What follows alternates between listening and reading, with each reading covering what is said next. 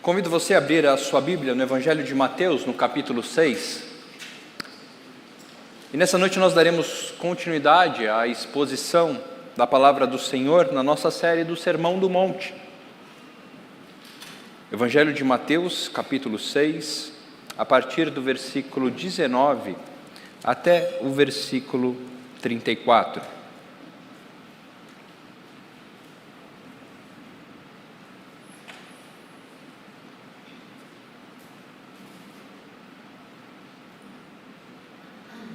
Assim diz a palavra do nosso Deus. Não acumulem tesouros sobre a terra, onde as traças e a ferrugem corroem, e onde ladrões escavam e roubam, mas ajuntem tesouros no céu, onde as traças e a ferrugem não corroem, e onde ladrões não escavam nem roubam. Porque onde estiver o seu tesouro, aí estará também o seu coração. Os olhos são a lâmpada do corpo. Se os seus olhos forem bons, todo o seu corpo será cheio de luz. Se, porém, os seus olhos forem maus, todo o seu corpo estará em trevas. Portanto, se a luz que existe em você são trevas, que grandes trevas serão. Ninguém pode servir a dois senhores, porque ou irá odiar um e amar o outro, ou irá se dedicar a um e desprezar o outro. Vocês não podem servir a Deus e às riquezas. Por isso, digo a vocês, não se preocupem com a sua vida, quanto ao que irão comer ou beber, nem com o corpo, quanto ao que irão vestir. Não é a vida mais do que o alimento, e não é o corpo mais do que as roupas? Observem as aves do céu, que não semeiam, não colhem, nem ajuntam em celeiros.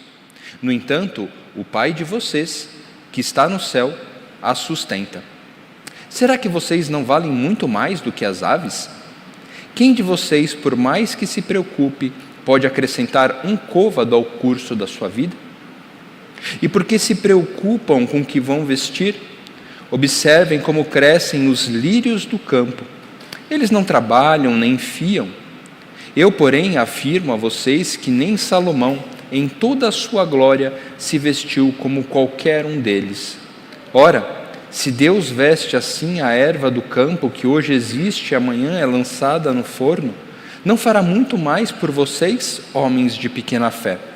Portanto, não se preocupem dizendo: que comeremos, que beberemos, ou com que nos vestiremos? Porque os gentios é que procuram todas essas coisas. O Pai de vocês, que está no céu, sabe que vocês precisam de todas elas.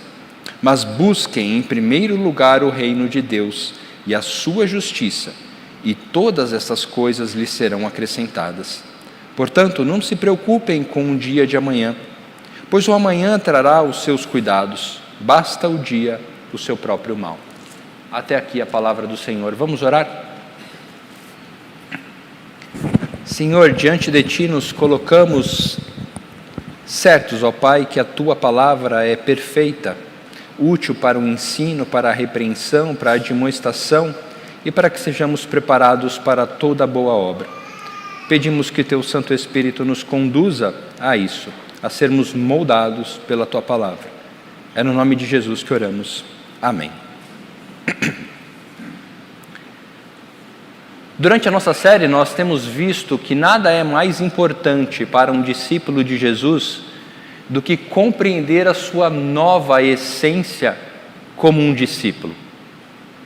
Nada mais é importante para aqueles que se dizem membros ou súditos do reino de Deus do que compreender a nova natureza que está dentro de si. O próprio Senhor Jesus nos ensinou que isso não era uma tarefa fácil de se fazer. Por diversas vezes Ele nos disse, nos ensinou na sua palavra que seria muito difícil o crente viver neste mundo caído. Muitos desafios, muitas tentações.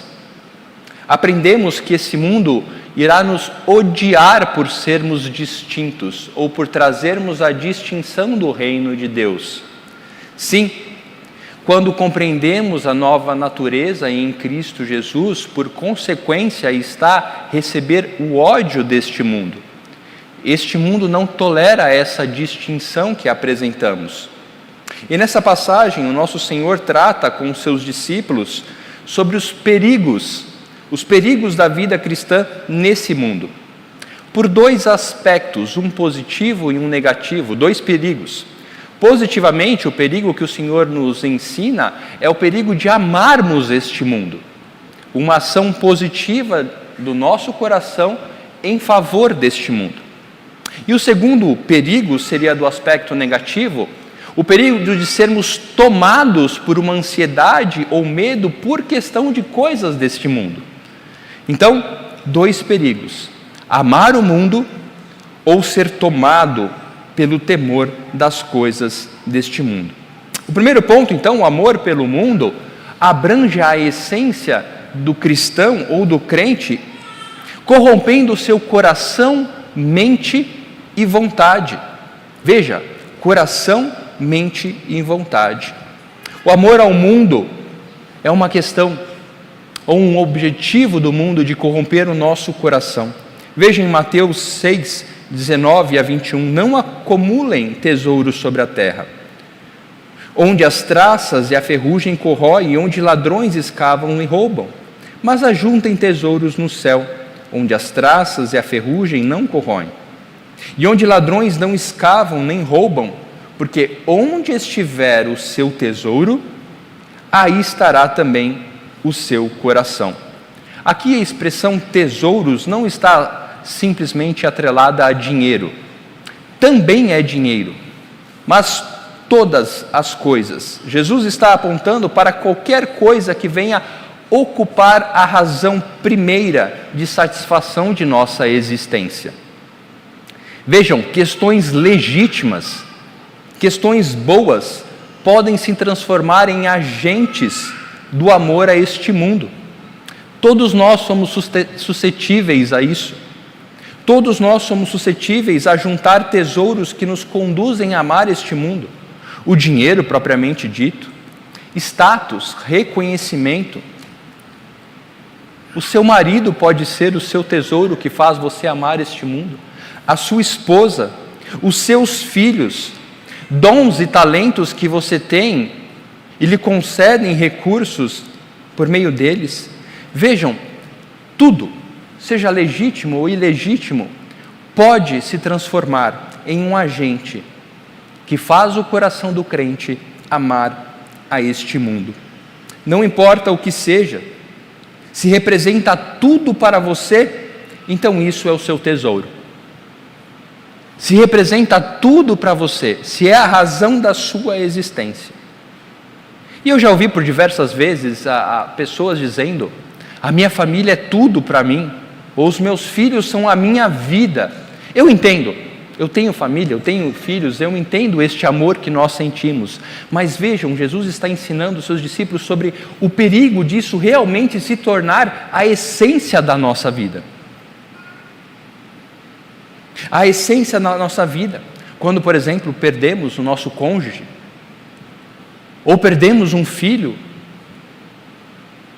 se isso é a essência da nossa vida, então este é o tesouro, e ali está o nosso coração. Jesus diz: aquilo que é a essência para você, aquilo que faz a sua vida ter sentido, é isso que é o seu tesouro, e é ali que vai estar o seu coração. Isso seria juntar os tesouros na terra, mas o que seria juntar tesouros nos céus? Não se trata de conquistar algo agora para desfrutar no porvir. Jesus não está falando que devemos fazer boas obras ou devemos fazer coisas para conquistarmos algo no céu. Não, Jesus não está falando disso. Jesus não está falando de obras para a salvação, por exemplo, mas está ensinando como deveria ser a vida cristã por já ter recebido a salvação. Juntar tesouros no céu não é uma maratona para que você consiga a sua salvação. Juntar tesouros no céu é viver esta salvação no tempo presente. Na prática, o crente não pode se distanciar do fato de ser um peregrino neste mundo. A temporalidade desse mundo deveria ser algo claro em nossa mente. Somos peregrinos. A temporalidade deste mundo deveria ser presente na nossa realidade quando estamos vivendo nele. Os discípulos de Jesus sabem que caminham neste mundo debaixo dos olhos atentos do Senhor, aproximando-se dele em direção à sua esperança eterna. A sua vida é assim? Você compreende que o seu coração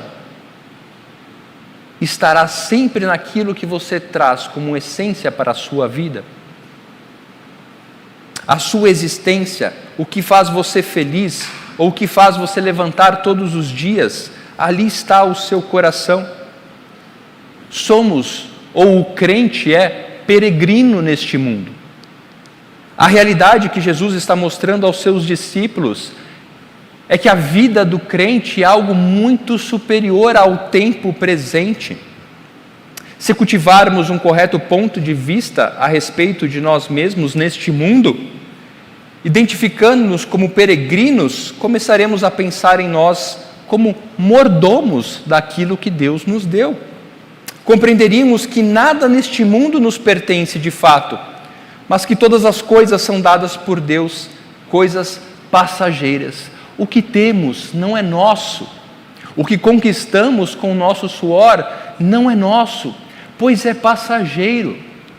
É concedido por Deus e é limitado. Você já parou para pensar naquilo que lhe é proposto como súdito do reino de Deus?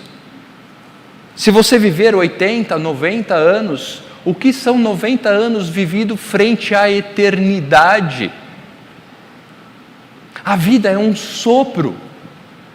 Não sabemos o dia de amanhã ou o final desta noite. E o Senhor Jesus Cristo está nos ensinando sobre isso, sobre o que deve habitar o nosso coração. Este é o tesouro juntado nos céus. Pensamentos, sentimentos, atos dedicados para a glória do Senhor.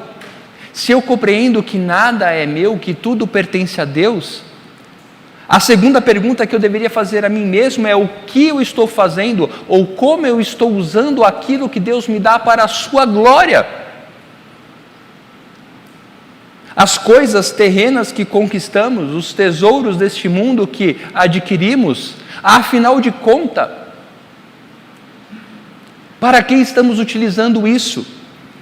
Para a glória do Senhor, porque aí está o nosso coração. É isto que apresentaremos ao Senhor no último dia. É isto que levaremos para a eternidade. Como vivemos a nossa salvação em relação aos bens deste mundo? Vejam que o mundo nos odeia por não fazermos parte dele. E o ponto central dessa primeira parte é o nosso coração.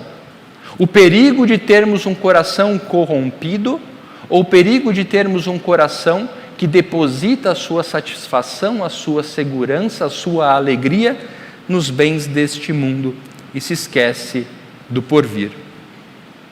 O amor pelo mundo também corrompe não só o nosso coração, como a nossa visão deste mundo. Sim, Mateus 6, de 22 a 23, o nosso Senhor Jesus nos ensina: os olhos são a lâmpada do corpo. Se os seus olhos forem bons, todo o seu corpo será cheio de luz. Se, porém, os seus olhos forem maus, todo o seu corpo estará em trevas. Portanto, se a luz que existe em você são trevas, que grandes trevas serão. Essa declaração, ou essa descrição do papel dos olhos dado por Jesus, nos ensina a respeito de como encaramos a nossa realidade, como enxergamos o mundo em qual vivemos. Jesus deixa claro que há somente duas maneiras de olharmos para esse mundo: os olhos bons, que enxergam as coisas conforme elas realmente são e preenchem a nossa vida de luz, e os olhos maus, que de certa forma são escurecidos, ou de certa forma são cegados pelos prazeres deste mundo. Aqueles olhos maus, os quais são dotados de uma espécie de visão dupla. Mas os olhos bons são aqueles que enxergam o mundo como ele realmente é. O amor a este mundo distorce a nossa percepção da realidade em que vivemos. Somos envolvidos, moldados por aquilo que o mundo define como essencial. Nos pegamos dando valor àquilo que o mundo diz que deve ser dado valor. Por causa do nosso amor aos tesouros deste mundo, nos tornamos cegos em relação a nossas próprias atitudes. Quer ver um exemplo? Se alguém entra numa loja e rouba um produto, seria justo eu considerá-lo como um ladrão. Mas se eu apenas manipulo alguma informação do meu imposto de renda, o meu coração automaticamente começa a produzir justificativas para que eu faça isso. Um governo corrupto, a falta de recursos sociais que eu possa utilizar por conta disso. Mas vejam como a minha percepção do mundo começa a ser alterada quando o meu amor pelo dinheiro ou o meu amor pelas posses se sobrepõe. A ineficiência, como eu disse, do governo vira uma justificativa para o meu erro. Poderíamos ficar aqui a noite toda dando exemplos de como nossa visão da realidade, quando amamos o mundo, se torna fragilizada e suscetíveis aos padrões deste mundo, sobre os conceitos que este mundo coloca como certo. Ao ponto, vejam, ao ponto de excluirmos o conceito do que é errado. O amor ao mundo corrompe a nossa visão ao ponto de entregarmos ao mundo o ensino a nós mesmos do que seria certo para a nossa própria vida. A educação dos nossos filhos, por exemplo, a disciplina positiva, ou seja, você não deve mais falar o que é errado para uma criança, mas oferecer uma nova perspectiva.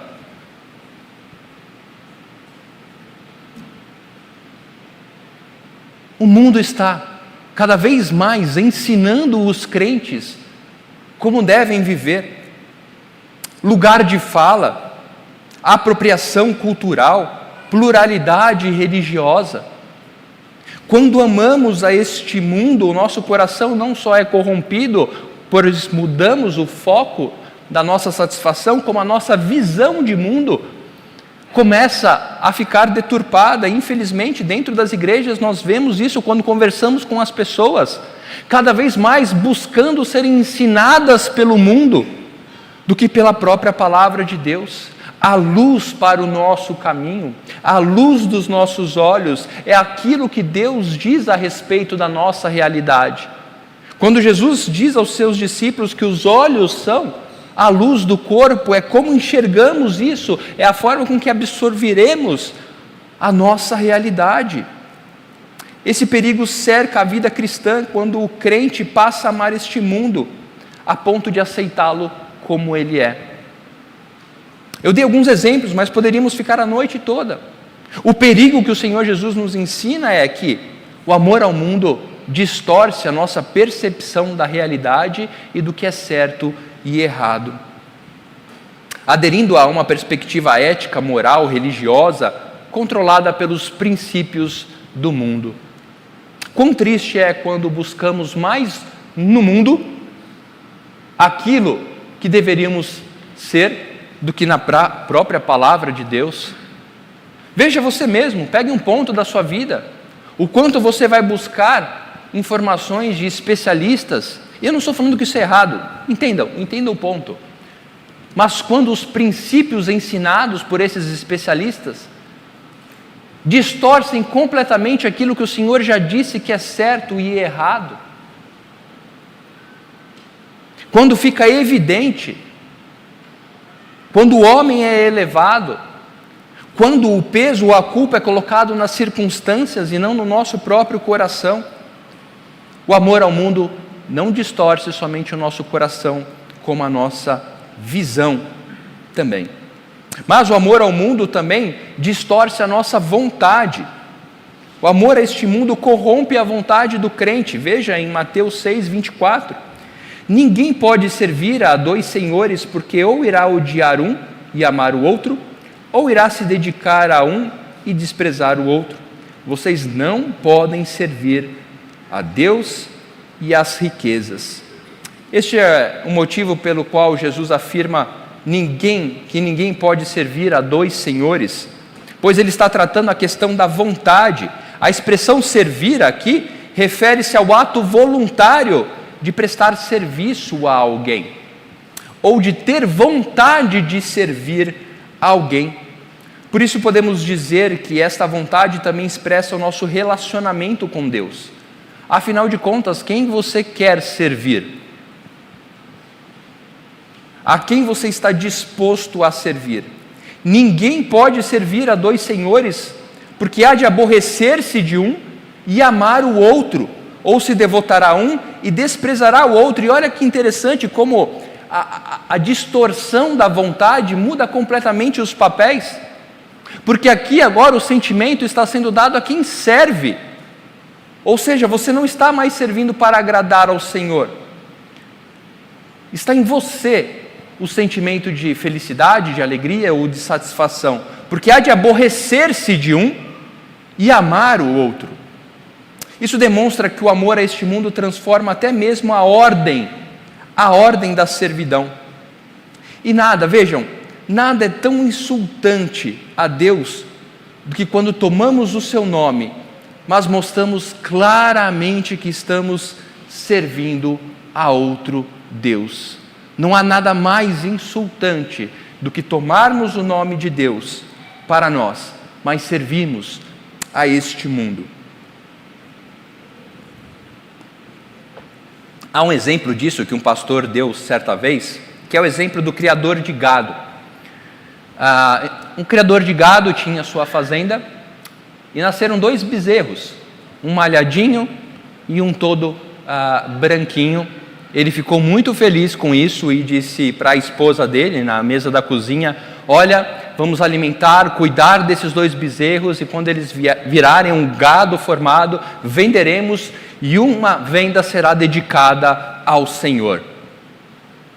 Honraremos o nome do Senhor, vendendo este bezerro, e ofereceremos esse dinheiro à igreja, à obra do Senhor. E a esposa disse: mas qual? Não importa, iremos tratar os 2 iguais, e ao vendê-los, iremos um deles ofertar o dinheiro ao Senhor.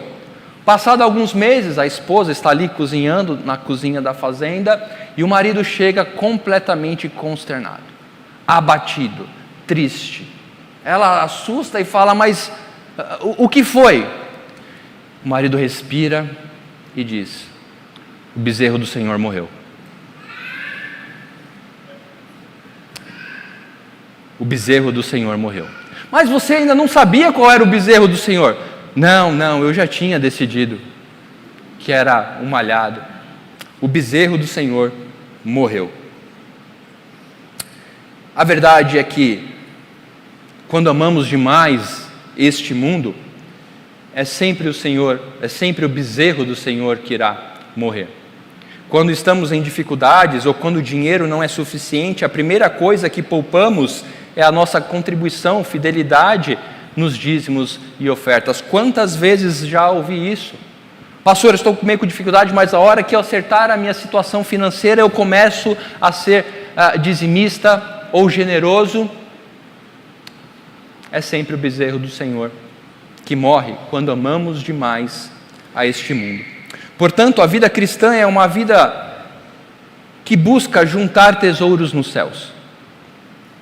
A vida cristã é uma vida que tem o coração e mente voltada a serviço do Senhor. Para combatermos esse primeiro perigo de amarmos demais o mundo, temos que amar demais a Deus. Combatendo o perigo de que o mundo corrompe e distorce o nosso coração, a nossa visão e a nossa vontade, devemos pegar cativo o nosso coração, a nossa visão de mundo e a nossa vontade e entregá-las ao Senhor, porque não há como servir a 2 senhores. O segundo ponto, o segundo perigo que o Senhor nos ensina, é o perigo não só de amar o mundo, mas de ser tomado por uma ansiedade por questões deste mundo. E o nosso Senhor sabe quão frágeis nós somos e conhece o poder astuto de Satanás e as suas sutilezas. É por esse motivo que ele conduz os seus discípulos a aprofundarem o conhecimento a respeito dos ensinos que ele está dando, quando diz: por isso digo a vocês, a partir do versículo 25. O tema continua sendo o mesmo, isto é, a necessidade de considerarmos aquilo que é a essência do nosso coração. Se você olhar na versão Almeida Revista e Atualizada, essa mesma passagem, ou o paralelo dessa passagem em Lucas 12, 29, a palavra ansiedade, ela é traduzida por entregar-se a inquietações. Então, quando Jesus diz ansiedade aqui, ele está dizendo um sentimento ou uma ação do Espírito de se entregar a inquietações, de ficar inquieto. Jesus aqui nos ensina sobre o perigo não somente do crente amar o mundo, mas de ter o coração tomado por uma inquietação pelas coisas deste mundo. Veja, o Senhor não está condenando que nos esforcemos e que nos preocupemos com as coisas desse mundo. Não andeis ansiosos não significa isso. Nosso Senhor jamais condenou, por exemplo, a preocupação em adquirirmos o nosso sustento, em sermos cautelosos e diligentes com os recursos que Deus nos dá. Esse tipo de preocupação de forma alguma, pelo contrário, as Escrituras nos ensinam a sermos diligentes, cuidadosos, precavidos, esforçados para o ganho do pão. O problema é quando estas circunstâncias ou o resultado disso se sobrepõe ao nosso coração e passamos a temer em relação a isso. Nosso Senhor jamais condenou, como eu disse, e nunca condenará, mas Ele condena sim a inquietação, um coração tomado pelo medo, um coração tomado por dúvida, um coração tomado pela ansiedade em relação aos bens e tesouros deste mundo. Porque na realidade, o que o Senhor Jesus está tratando com os seus discípulos é uma questão de fé. Não é uma questão de fazer ou não fazer, mas de crer e experimentar. Por esse motivo, Jesus chama seus discípulos a refletirem com Ele. É como se Jesus conduzisse os seus discípulos a olhar para o cenário maior e entender isso. Não é a vida mais do que o alimento e o corpo mais do que o vestir, o Senhor Jesus Cristo diz. Ou seja, a vida não é muito mais apenas do que a garantia de termos uma roupa. Ou o corpo não é muito mais, a vida não é muito mais a garantia de alimento ou o corpo do vestir. O Senhor Jesus Cristo está pedindo para os seus discípulos ampliarem a sua visão a respeito do que lhes foi dado. A vida sim é muito mais do que o vestir, e o corpo é muito mais do que o vestir e o se alimentar. Passamos tanto tempo pensando, entregando o nosso coração às preocupações deste mundo, que nos esquecemos de olhar para esse mundo pelos olhos daquele que o criou.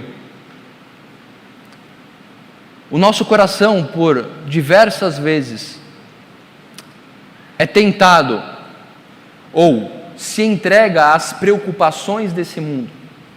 Pensamos, discutimos, conversamos, fazemos contas e nos distanciamos de sentar e olhar para as nossas circunstâncias ou para o mundo em que vivemos sob a perspectiva daquele que o criou.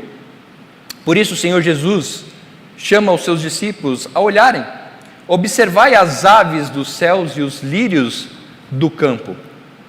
Aqui observar, Jesus não está pedindo, olha, agora vamos ter um momento de reflexão a respeito das aves. Não, o Senhor Jesus Cristo está usando de algo prático do dia a dia daqueles homens, para olhar para a criação, para olhar para o mundo que os cerca. E ao olhar para este mundo, e esse é o ponto importante da passagem, fazer a conexão com que eles creem. Jesus não está querendo dar uma motivação ou querendo criar um ambiente ali emotivo, né? Pedindo para alguém colocar uma música de fundo, agora olhem para os pássaros, vejam os lírios. Não, o Senhor Jesus Cristo está dizendo, olha, olhe para este mundo e agora conecte a sua visão deste mundo com a sua fé. Deus é o Criador e sustentador de tudo quanto existe no mundo. Deus trata o mundo inteiro, e não apenas os homens, mas a natureza, debaixo da sua providência geral.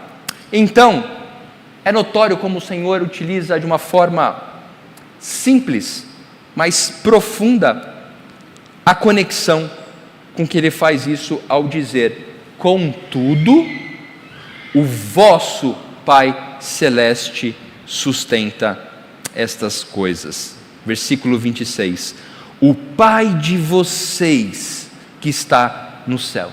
Olhe para esse mundo, olhe para as aves, olhe para o campo, olhem para como o Senhor cuida e providencia tudo.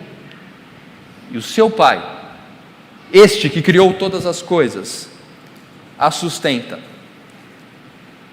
Deus é o seu Pai. E se o seu Pai cuida tanto das aves dos céus e lírios do campo, como não cuidará daquele que lhe chama de filho? Quão maior será o seu cuidado para com seus filhos? Jesus faz um questionamento aos seus discípulos, evidenciando o perigo do distanciamento da fé e vida prática. Ele diz: homens de pequena fé, versículo 30, ora, se Deus veste assim a árvore do campo, como hoje existe, amanhã é lançada no forno, não fará muito mais por vocês, homens de pequena fé? Veja que Jesus não está acusando os seus discípulos de não terem fé. Jesus está acusando os seus discípulos de ter uma fé pequena. Não era a falta de fé que preocupava Jesus, mas o tipo de fé que os seus discípulos estavam desenvolvendo. A fé que os conduziria a experimentar mais do reino a qual eles faziam parte. E muitas vezes isso acontece conosco. Jesus aqui não está tratando da fé salvadora, aquela fé que nos conduz a crer no nome de Cristo Jesus como nosso único Senhor e Salvador. O que Jesus está dizendo aqui é o perigo desta fé não se desenvolver na vida prática, e neste caso em relação ao mundo que nos cerca, aos cuidados do Senhor para com o seu povo. Quantas vezes nos pegamos preocupados por questões que achamos essenciais, a nossa saúde, a segurança financeira, o rumo que está indo o nosso país, e cada vez mais somos apegados a essas questões, e o nosso coração vai se enchendo de ansiedade, de temores, e cada vez mais vamos nos distanciando do que o Senhor tem para o seu povo, neste mundo. Nos distanciamos da oração que o nosso Senhor Jesus Cristo fez pelo seu povo, dizendo que o seu povo continuaria neste mundo, e o que Ele pede ao Pai é para que nos livre do mal. Fé sendo aplicada na vida prática. É isso que Jesus diz, homens de pequena fé. E vejam, nós devemos lembrar que esta é uma mensagem dirigida exclusivamente para os crentes. Eu venho dizendo isso ao longo desta série. O Sermão do Monte, Jesus está falando para os crentes, porque o Evangelho, na realidade, não dá conforto àqueles que não creem em Cristo Jesus. Eles apresentam consolo, mas eles não concedem. O Evangelho apresenta consolo, mas não concede consolo àqueles que não creem em Cristo Jesus. A mensagem do Evangelho não dá qualquer conforto e consolo às pessoas que não creem em Jesus como seu único e suficiente Salvador. Essas palavras são dirigidas, então, a quem Jesus pode dizer: vosso Pai Celeste. O Senhor Jesus Cristo diz: o vosso Pai Celeste cuida destas coisas. O Senhor está tratando o coração dos seus discípulos, daqueles que creem em quem Ele é, pois Deus só é Pai daqueles que se achegam a Ele por meio de Cristo Jesus. Portanto, aqueles a quem Jesus se dirigia tinham a fé salvadora que eu disse. Jesus não está tratando dessa fé, mas da fé que os conduziria a experimentar mais daquilo que já foi feito por eles neste mundo. Uma fé que os distingue, ou que distingue o crente neste mundo. A sua fé te distingue neste mundo? Aquilo que você crê, como você enxerga o mundo, a forma com que você serve ao Senhor, o distingue deste mundo? Esta fé que os distingue daqueles que não creem em Jesus como seu único Salvador. A sua fé te distingue. A tua fé te distingue daqueles que não creem em Deus como Criador de todas as coisas. A sua fé te distingue daqueles que amam este mundo. Ou será que nós temos às vezes amado este mundo mais do que aqueles que estão no mundo? Quando Jesus nos diz e diz aos seus discípulos: buscai, pois, em primeiro lugar o seu reino, ele não estava ensinando como da outra vez também não estava ensinando que devemos conquistar coisas para desfrutar no reino de Deus. O que ele nos ensina é buscar em primeiro lugar o reino de Deus, porque já fazemos parte deste reino. Os seus discípulos já se encontram dentro do reino, os seus discípulos já estão participando do reino, e o que o Senhor Jesus Cristo é, então, busque cada vez mais os efeitos, as bênçãos de fazer parte deste reino, não amando a este mundo. Este é o ensinamento que o apóstolo Pedro nos ensina na sua segunda carta, no capítulo 1, versículo 10, quando diz: procurai com diligência, ou procurai com muito cuidado, cada vez maior, confirmar a vossa vocação e eleição. Pedro não está dizendo que precisamos fazer coisas para provar que somos salvos. O que Pedro está dizendo é que devemos nos esforçar, devemos desejar, devemos aplicar os nossos esforços para experimentarmos da salvação que cremos receber em Cristo Jesus. Ampliando assim a nossa fé, fazendo a nossa fé crescer. Na prática, isso significa que precisamos pensar mais a respeito do reino de Deus e na nossa relação com este reino. Precisamos ou deveríamos considerar profundamente os efeitos no presente momento da eternidade que acreditamos. Se acreditamos na eternidade, se acreditamos que há algo além do tempo presente, devemos experimentar isso nas dificuldades, nas adversidades, não amando este mundo ou as coisas deste mundo, porque há muito mais no porvir. Vejam, uma fé experimentada no dia a dia, na vida comum, no cotidiano, naquilo que colocamos no nosso coração. Jesus também acrescenta que a nossa busca se trata pelo reino e pela justiça desse reino. Isso significa que não é para nós só ficarmos pensando a respeito do reino, mas para buscarmos a justiça desse reino, vivendo de uma forma reta neste mundo, vivendo de uma forma de santificação. É dessa forma que a nossa fé se amplia. Funciona dessa maneira: quanto mais santos nos tornamos, mais próximos estaremos de Deus. Quanto mais santos nos tornamos, mais profunda se torna a nossa fé. Quanto mais santos, ou quanto mais santificados buscamos ser, cada vez mais experimentamos daquilo que Deus concedeu para aqueles que fazem parte do seu reino. Quanto mais próximos vivermos de Deus, menos este mundo e seus tesouros serão atrativos. Quanto maior for o nosso senso de segurança no Senhor, menos o nosso coração será tomado pelo medo e ansiedade e inquietações de coisas do presente tempo. Portanto, eu gostaria de concluir. Se você quer tanto buscar alguma coisa, ou se você procura por um objetivo para a sua vida, que lhe traga satisfação, se você quer se preocupar, ou se o seu coração está ansioso por algo, transforme isso, essa ansiedade, ou essa preocupação, ou essa busca, pela sua própria condição acerca do seu relacionamento com Deus.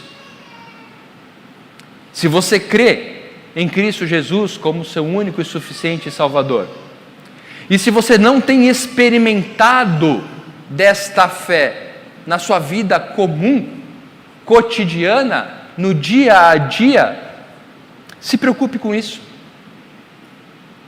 Se você é daqueles que procura sempre alguma coisa para estar preocupado, se preocupe com a sua relação com o reino de Deus e com a sua relação com o seu próprio Deus. Se você der a isso o lugar de prioridade em sua vida, então você terá o seu coração no lugar certo e não se entregará às inquietações deste mundo.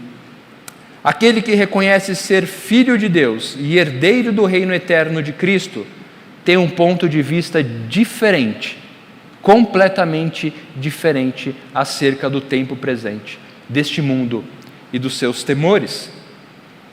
Coloque Deus bem no centro da sua vida. Coloque a glória de Deus como centro da sua vida. Coloque a realidade do reino de Deus no centro da sua vida. Coloque o seu relacionamento com Deus no centro da sua vida. Coloque a sua santidade pessoal como centro da sua vida. E você experimentará das palavras ditas pelo Senhor Jesus Cristo aos seus discípulos, e a nós que cremos sermos seus discípulos também, de que todas as outras coisas, conforme forem necessárias, nos serão dadas nesta vida e neste mundo. A questão é, o que temos amado mais? O tempo presente ou aquilo que nos foi conquistado para toda a eternidade? Coração, mente, vontade, entregues a quem? A este mundo? A este mundo limitado e finito? Ou a serviço do Senhor? E o que abala o nosso coração? As incertezas dessa vida ou aquilo que podemos estar fazendo que nos distancia do Senhor? Portanto, o Senhor nos ensina sobre os perigos da vida cristã, de amar demais esse mundo ou de temer demais este mundo. Em ambos os casos, a resposta é: confie naquele que morreu para que você pudesse pertencer a uma outra realidade. E no tempo presente que estamos vivendo, já podemos desfrutar deste efeito. Que o Senhor nos abençoe. Vamos orar? Senhor, a Tua palavra é boa, santa, útil. O Teu Espírito, ó Pai, trabalha em nossos corações por meio da Tua palavra. E pedimos, Senhor, que a Tua palavra encontre morada em nosso coração, que a semente da Tua palavra, ó Pai, crie raiz em nossa vida, para que possamos experimentar, ó Pai, os frutos da nossa fé. Se cremos que o Senhor é o Criador de todas as coisas, o mantenedor de todas as coisas, se cremos que em Cristo Jesus uma nova vida nos foi dada, uma vida que recebeu o poder de sermos chamados filhos teus, se essa é a nossa fé, ajude-nos, Senhor, a experimentarmos dos efeitos dela. Perdoa-nos, Senhor, quando dizemos que amamos o Senhor, mas amamos mais a este mundo. Perdoa-nos, Senhor, quando duvidamos daquilo que o Senhor pode fazer. Perdoe-nos, Senhor, quando buscamos neste mundo aquilo que é certo e errado para a nossa vida. Confiamos que a Tua palavra nos molda, nos conserta para a vida cotidiana que vivemos neste mundo. Por isso, ó Pai, que a Tua palavra seja aplicada em nosso coração, na nossa vida cotidiana, para a Tua honra e para a Tua glória. Em nome de Jesus oramos. Amém.